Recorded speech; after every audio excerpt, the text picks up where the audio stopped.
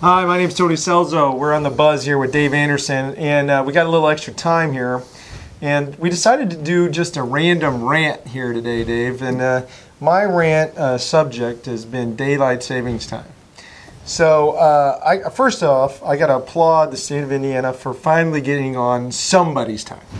Yeah, the right time would be nice, but now you're saying the right time. I think it's you're saying it's the wrong time. I think it's the right time. You tell me why you think it's the wrong time. Well, the wrong time is because when you have little kids. Okay. I have a 6-year-old. I do too. She's wonderful. Not a 6-year-old, but little kids. Yeah. Well, you'll get there. You'll understand my point of view here soon, because what happens is in the summertime, bedtime's 8:30, right? Well, not when the sun's still out. Okay. When the sun's out till 10 o'clock, the kids stay up till 11. And Dave, the next morning, I got that's two awful. words for you. Buy blinds. I would not even tell you what we've had to do in my daughter's room to close out the side. We have like 3 sheets hung up. Towels stuffed under the door? Yeah, exactly. Okay. Now, I know we're kind of having a little fun with this. I mean, I would tell you that it's nice to be able to play around the golf at 5 o'clock and still get it all in. You would say that, it'd be nice if your kids would go to sleep. But I want to speak seriously to why it's taken the state of Indiana so long to get on somebody's It's the cows. They won't eat. The cows won't eat in the morning, right? I think that's it. I think that their was milk turns to butter. Yeah, where the milk turns to butter if we don't get them on at the right time.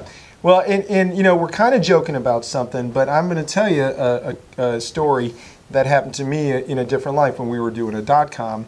And I would get on the phone on the East and the West Coast with VC firms, and they would tell me, and this was told to me 3 or 4 times in no uncertain terms, why would I get on an airplane, spend the night, miss my family, to go to the state of Indiana to see if there's actually any talent there when you guys can't even get on the right time? Because we were not able to retain a hub here in the state of Indiana for the airlines. All the major VC firms were going to Michigan, going to Illinois, going to Ohio to get in and out because they could be back and visit their family. And unfortunately, that's where the money was. Yeah, and the crazy thing really is that the debate got as crazy as it did. Yes. Because, it really amounts to, just like anything else, make a decision and stick with it. You're going to have pros and you're going to have cons. And I don't know that they did any better by dividing our state up into little areas. We go down at Memorial Day, we go down to Holiday World.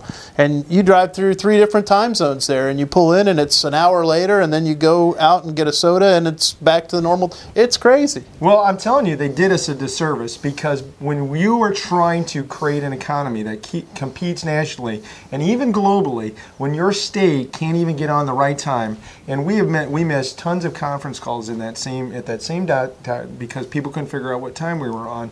You are missing opportunities to do business. It sends the wrong message.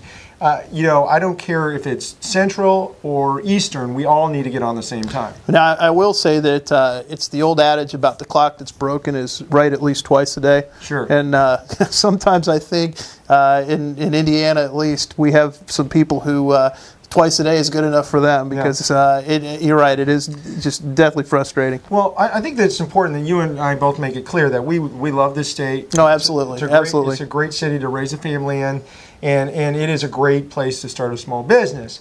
But if you are going to compete in a nationwide community, if this city is going to be a beacon for entrepreneurism, a beacon for headquarters, we have to get our stuff together. Well, and I think even more so than that, Indianapolis, I've been here for a long time. I'm not a native, but I've been here since 5th or 6th grade. And when I was younger, the joke was we were nap town. It was a sleepy town that couldn't get it straight. And the distance we've come, the leadership we've had, the community that we have here rivals, I think, any place that I can imagine, in that you have all of the big city capabilities and yet the small town flavor that is throughout everything you do here. And that is phenomenal.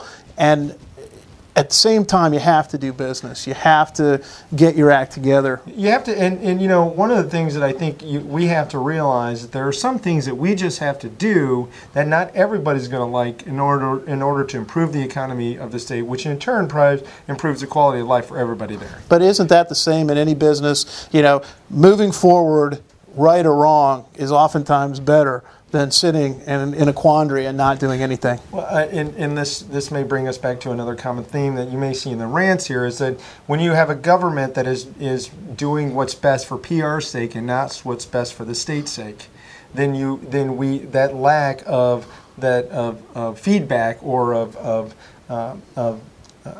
singularly knowing what is best for the state and trying to win your next term in office is ultimately hurting us, not helping us. Well, I agree. I yearn for the days that may be gone forever, of where a government just worked hard to get out of its own way, and preserved order, created fairness for the playing field, but not for every single transaction, and really let the innovation that's out there unleash itself. And it seems today that everywhere we turn around, the government's trying to put more and more controls on people, and I find that really disappointing. Yeah, it is in the fact that if it was working, it'd be different. It's not working, and I think when it takes as many years as it took to fix or at least band-aid daylight savings time, we as a small business culture, we as business citizens got to stand up and act and talk and really put our opinion out there. I'm not talking taking party side. I'm just making sure that we're heard as business owners. I agree. I think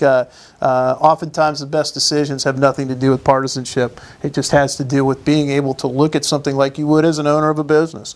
You look at a situation, you evaluate the data, and you make a decision and you move forward. You don't sit and worry about all of the peripheral things, which sometimes are easier to deal with. But I think that it's really important for our leaders and for us as people in a republic and a democracy to go out and tell our leaders, hey, let's find true leadership and not just the bickering and the silliness that goes on. Sure.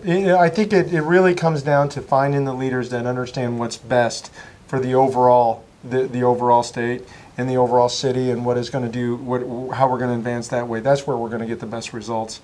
And then getting past some of this menial stuff and making some decisions, and you said it, moving forward. Right. They're going to love us, aren't they? Yeah. You've been on the Buzz.